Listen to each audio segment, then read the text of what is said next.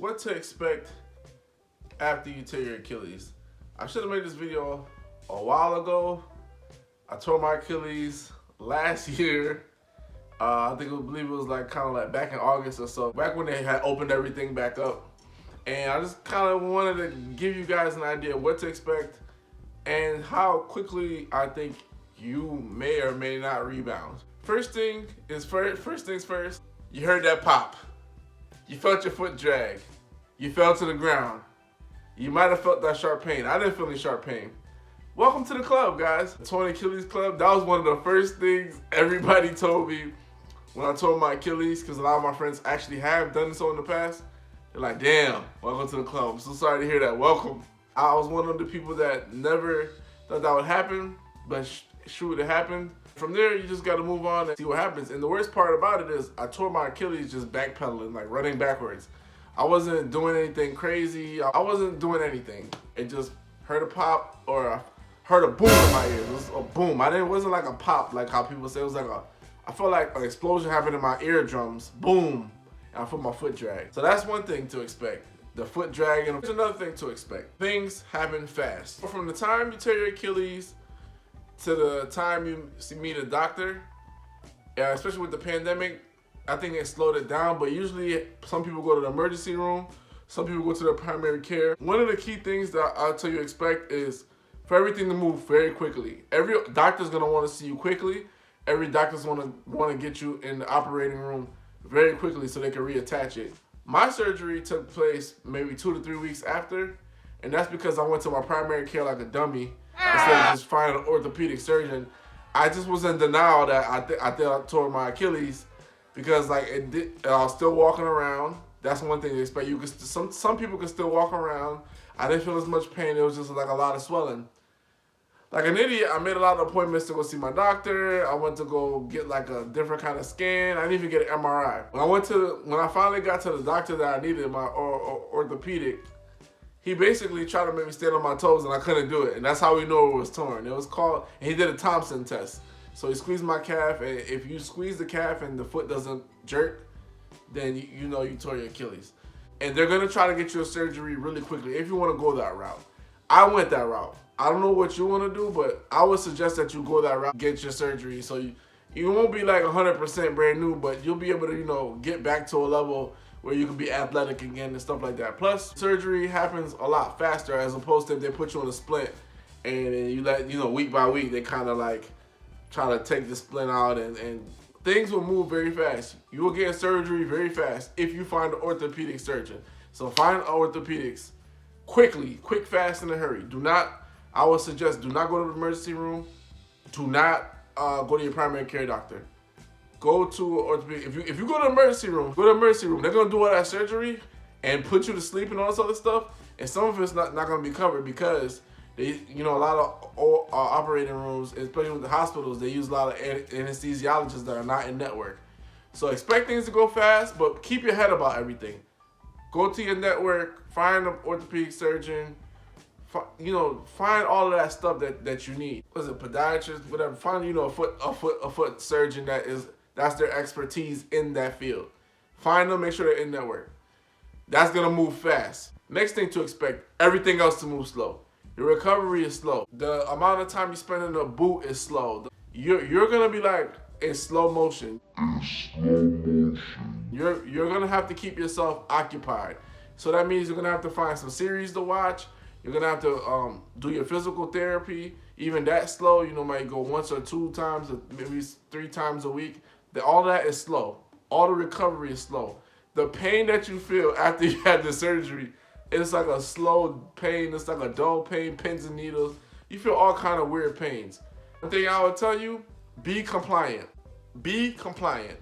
Whatever they tell you to do, just do it. If they tell you to do toe walks or this, that, and the third, do it. Anything they tell you, ice the bandage. I thought that was one thing I was like, I have a surgery and they bandaged my foot. My foot, big old bandage. It looked like my foot had 30 shirts on top of it.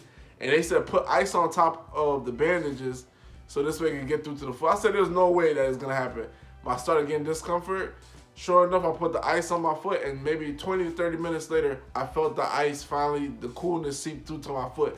and it calm down that pins and needles. So that's one thing I would like to say to you guys. Be compliant. Everything is slow.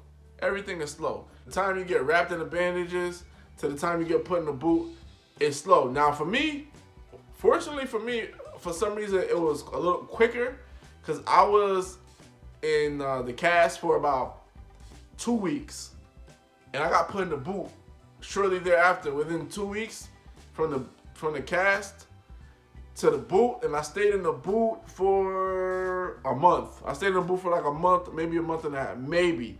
It was very quick, but one of the key things that I was doing is I was following what they were telling me to do, keeping the boot on, kind of being a bad patient. A little shame on me, but one of the things I would do is I didn't keep the boot on all the time. So I only kept the boot on when I was like moving around. If I had to just sit and watch TV, I'll take the boot off because it was uncomfortable. Now, your doctor might shy against that. You know, I'm not a doctor. I'm gonna give my disclaimer. I'm not a doctor. I'm not a surgeon. I'm just telling you my experience. So that's one thing that you gotta expect. If some people are in the cast for 6 weeks, then in the boot for another 6. Like I've heard crazy stuff. So it all depends on your surgeon and things of that nature. So, but yeah, everything is slow. Next thing to expect, the emotional roller coaster. You have to navigate from, damn, did I do this to tear my Achilles? You're blaming yourself, and there's nobody to blame, guys. They still don't know why the Achilles tears. Everybody has theories, but there's no clear-cut reason why. So there's no reason to get emotional about something that nobody knows why it happens. It's normal wear and tear. There's no like Achilles prevention. Like if it's gonna go, it's gonna go. You know, some people tear an Achilles and then a couple months later they tear the other one. You know, John Wall is a key example. He tore his Achilles, got it operated on. He was going up the stairs or down the stairs at home, and he tore his other Achilles. It just happens. Like there's no clear-cut method to the madness. But the emotional roller coaster that you're gonna face is like no other. Luckily, I got lucky because COVID was out. Nobody could really hoop or go out or do anything. So everybody was on lockdown anyway. Just imagine you tear your Achilles in this mid-season, or you watching everybody play. A good example is Klay Thompson. He tore his Achilles. Now he has to watch all Steph ball, Draymond Green ball. It was a year for them to do redemption. And then he's like, damn, I just got to sit out after I came back from a knee injury. So that's one of the key things. It's a psychological thing. The emotional roller coasters, you're going to have to really navigate that. One thing to get into, books, series. I would say anything that improves yourself in the time being while you're down, especially intellectual-wise. It helps you do some introspection. You can play video games and stuff like that, but after a while, I think that'll make you remember, like, damn, I could be out here playing and stuff like that. So that's one thing to expect. The thing to expect is you're going to be on a lot of pain medication. So you're going to be on let's say you're going to be an invalid, basically. Like, you're not going to be able to do a lot of things.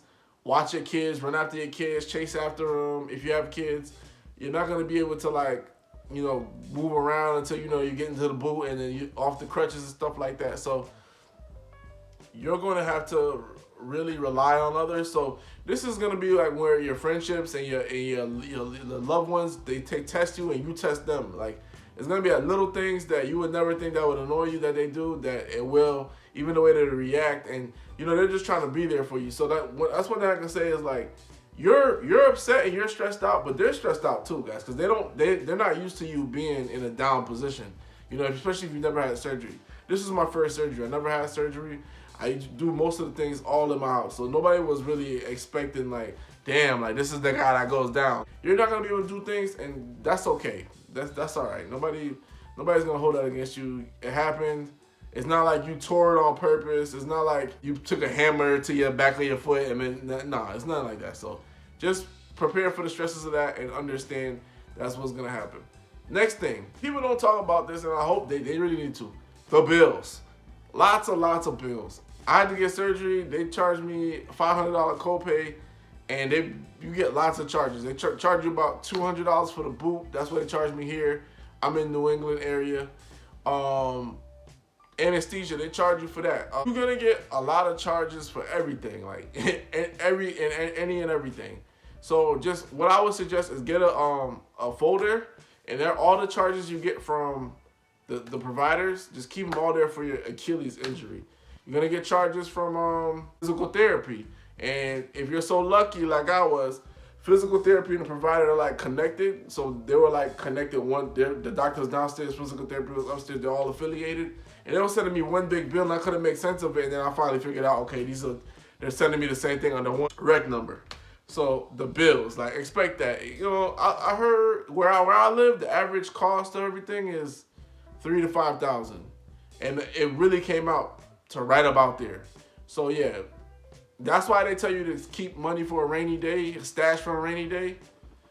Do it. Keep a stash, especially if you're athletic. Try to keep a stash of at least 10,000 or whatever, you know. But if you can't do that, at least try to keep a stash of $3,000. Especially if you play sports and stuff like that. Because once you get injured, all the fees and when I went to the doctor, they charged me $150 just to go to my primary care. I should have never even went to her because that was a waste of time. So that was like money I threw down the drain because I didn't know. Go see a foot surgeon that specializes in it. So see a specialist, avoid that. The main thing to expect in everything. Fast turnaround in terms of getting fixed back up, sewn up, but a slow turnaround in terms of recovering. Right now I'm like 6 or 7 months, about 6 months off of surgery and stuff like that. I don't have to do any more physical therapy, although, like, you know, you continue at home and stuff like that.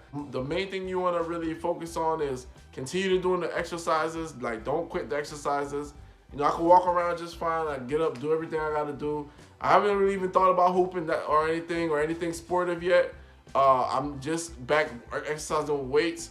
So what I would say to you guys is expect the slow grind. It's a really slow grind. When they say it's like about a year, yeah, it really is about a year. But I think with the new studies that they've been doing and everything like that, you know, really relatively from 6 months to a year, you can really get back to what you was doing. And it's a bit inconvenience, I know. That is what it is, guys. It's surgery. So that's all that I think you should really expect. You know, emotions are high, costs are high, quick turnaround time surgery, slow recovery. You know, understanding that this is not your fault. That's the one thing I think you should understand. It's not your fault. Injuries happen. They're a part of life. Hoops Junction, Hoops Me Supla. Like, comment, subscribe.